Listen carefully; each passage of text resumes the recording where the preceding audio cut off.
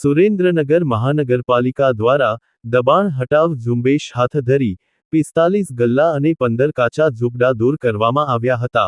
મહાનગરપાલિકાના સૂત્રોના જણાવ્યા મુજબ, સુરેન્દ્રનગર મહાનગરપાલિકા દ્વારા શહેરના વિકાસ, રસ્તા વિસ્તાર અને જાહેર સુવિધાઓ વધારવા માટે દબાણ હટાવો અભિયાન સતત ચાલુ છે. આ અભિયાન અંતર્ગત સુરેન્દ્રનગર કલેક્ટર કચેરીથી ડી માર્ટ સુધીના મુખ્ય વિસ્તારમાં વ્યાપક દબાણ હટાવવાની કાર્યવાહી કરવામાં આવી હતી. આ કાર્યવાહી દરમિયાન 45 ગલ્લા અને 15 કાચા ઝૂંપડા દૂર કરવામાં આવ્યા છે. આ દબાણના કારણે રસ્તાની અવરજવરમાં અવરોધ ઊભો થતો હતો, તેમજ જાહેર સ્વચ્છતા અને વ્યવસ્થાને પણ અસર થતી હતી.